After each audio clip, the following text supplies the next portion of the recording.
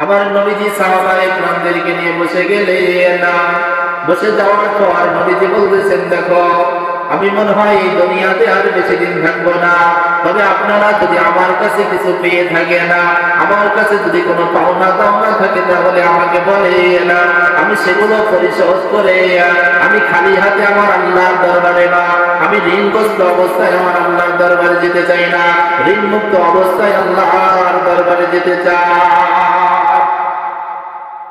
ঋণ মুক্ত অবস্থায় আল্লাহর দরবারে যেতে চাই।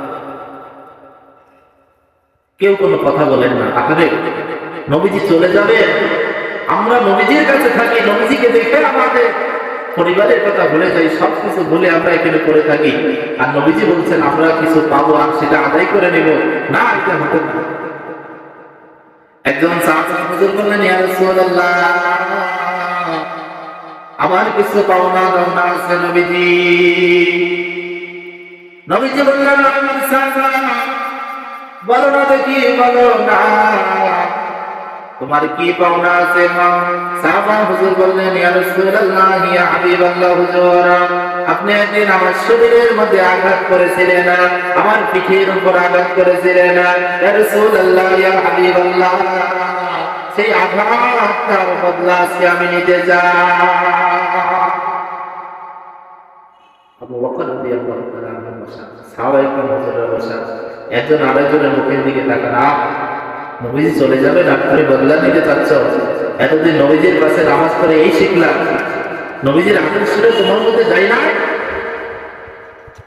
আল্লাহ নবী এই কথা শুনে বলতেছেন, সাহাবা তাকে বদলা নিতে দাও। তোমরা কি চাও না আমি রাসূল ঋণমুক্ত অবস্থায় আল্লাহর কাছে যাই? তবে সে আমার বন্ধুর মতো কাজ করেছে, যে তার প্রতিশোধটা আমার দুনিয়াতে বেঁচে থাকা অবস্থায় নিতে চাচ্ছে। এবার সাহাবা হুজুরকে বললেন,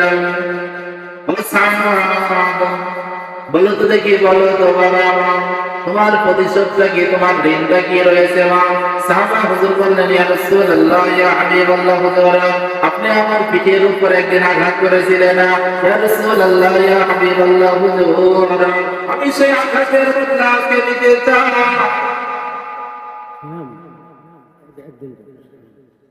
মারহাবা। আমার সাহাবা একদম তো বাড়ি এবং 500 টাকা করেছে দাম। আল্লাহ আপনি হয়ে যান মেহেরবান, দামকে কবুল করে না। আব্বা আম্মা যারা কবরবাসী হয়েছে তাদের কবরে সওয়াব পৌঁছে দেন, কবরটাকে জান্নাতুল ফেরদাউস বানিয়ে দেন। আল্লাহ পাক আমার সাহাবাই যারা আল্লাহ মক্কা মদিনার মুসাফির হিসাবে কবুল করে নেন। আল্লাহ এ দানের ওসিলায় সমস্ত বিপদ আপদের হাত থেকে তাকে হেফাজত করুন। রব্বুল আলামিন আমার বান্দার 100 টাকা করেছে দান, আল্লাহকে হয়ে যান মেহেরবান, দানকে কবুল করে নেন। এ দানের বিনিময়ে আল্লাহ কিয়ামতের কঠিন মুসিবতের দিন নবীজির শাফাআত নসিব করে দিয়ে জান্নাতে যাওয়ার তৌফিক দান করে দিন। আল্লাহুম্মা আমিন। একজন ছোট্ট মাসুম বান্দি আল্লাহ পাকের হয়তো তার মা বাবা তার হাতে টাকা তুলে দিয়েছে, 1000 টাকা চলে বলে মারহাবা। আল্লাহ তার দানকে কবুল করে নেন, মনের বাসনা পূরণ করে দেন, হায়াত দারাজ করে দেন, জানে মানে বরকত দেন। আত্মীয় স্বজন যারা কবরের ময়দানে ঘুমিয়ে আছে কবরে সওয়াব পৌঁছে দেন। আল্লাহ আপনার ছোট্ট মাসুম বান্দি আল্লাহ তাকে ইলমের অধিকারী বানিয়ে দেন।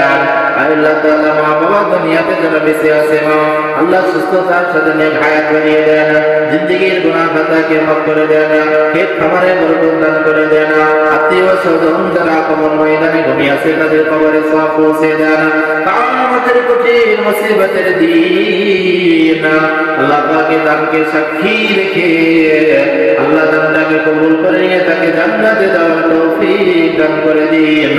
আল্লাহুম্মা আমিন। এসো মুমিন বসো কাছে আর মুখেতে দাও রে পানি, মাঝে মাঝে শোনাও একটা কোরআনের মধুর বাণী। কবর নয় রে, কবর নয় রে, আযাবের ঘর, এখান থেকে বাঁচতে হলে হবে দান খয়রাত কবরটা কি সকলের জন্য ইহসান হবে? কবরটা কঠিন জায়গা।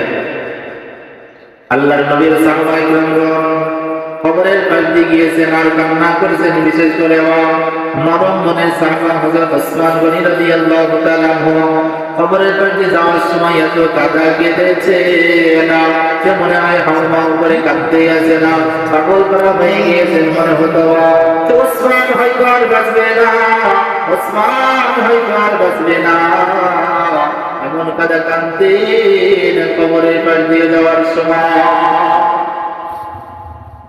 তো যেটা বলছিলাম, হযরত সাদ বললেন, ইয়া রাসূলুল্লাহ, ইয়া হাবিবাল্লাহ, না না আমি প্রতিশোধ দেব। সাহাবায়ে কেরাম হুজুর বললেন, ও সাদ, নবীজি তোমাকে একটা আঘাত করেছিলেন না, নাও নাও আমার পিঠের উপর তুমি 10টা করে আঘাত করো, তাও আমার অসুস্থ নবীজিকে তুমি আঘাত করো না, আমার অসুস্থ নবীকে তুমি কষ্ট দিও না রে সাদ। আমার নবীজি বললেন, না না সাদকে তুমি প্রতিশোধ নিতে না। সাদ রাদিয়াল্লাহু তাআলা বললেন, ইয়া রাসূলুল্লাহ, আপনি যেই দিন আমাকে আঘাত করেছিলেন ওই দিন আমার শরীরের মধ্যে কোনো কাপড় ছিল না, চাদর ছিল না। আল্লাহ রাসূল বললেন, সাদ তুমি তো জানো আমি রাসূল কোন সময় খালি গায়ে কোথাও বের হই না, তারপরও সাদ তুমি যখন বলছো তাহলে খালি গায়ে দিলে পরিপূর্ণ বদলা আদায় হবে। তবে সাদ বলো আমরা একটু এক জায়গায় দুইজন যায় যেখানে কোনো মানুষ নাই, চলো আমরা একটু অন্দর মহলের মধ্যে যাই। সাদ বললেন, ইয়া রাসূলুল্লাহ, তাই নবীজি যখন সাদকে নিয়ে একটু অন্দর একটু আড়ালে গেলেন, যাওয়ার পর শরীর থেকে যখন চাদরটা খুলে দিলেন, খোলার পর হযরত সাদ তার হাত থেকে লাঠিটা ফেলে দিয়ে নবুয়তের মহানের উপর সুবহান করে হাওয়া করে পাও ধরে কাঁদতেছিলেন, ইয়া রাসূলুল্লাহ, আমি আপনাকে আঘাত করার জন্য না, নবুয়তের মহানটা শোনা যাওয়ার জন্য আমি যতটুকু বিয়াদব করছি, ইয়া রাসূলুল্লাহ, আপনি বিয়াদবি দিবেন না, আমাকে মাফ করে দেন। সুবহানাল্লাহ। আবার নবীজি সাদকে জড়িয়ে ধরে বলেন, সাদ রে বাবা তুমি বড় চালাক, এই নবুয়তের মহরটা আমি কাউকে দেখাই নাই, আমার শরীরটা কেউ দেখে না, আমি খালি গায়ে কোথাও যাই না।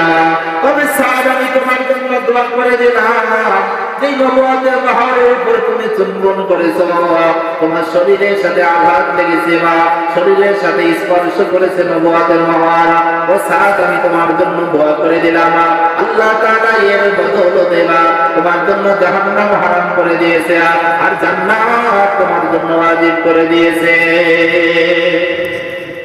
যে নবীজি মহর মুবারক সুন্নত করার বদলে যদি জান্নাতে যাওয়া যায়, নবীজির শাফাআত নসিব হয়ে যায়, জাহান্নাম হারাম হয়।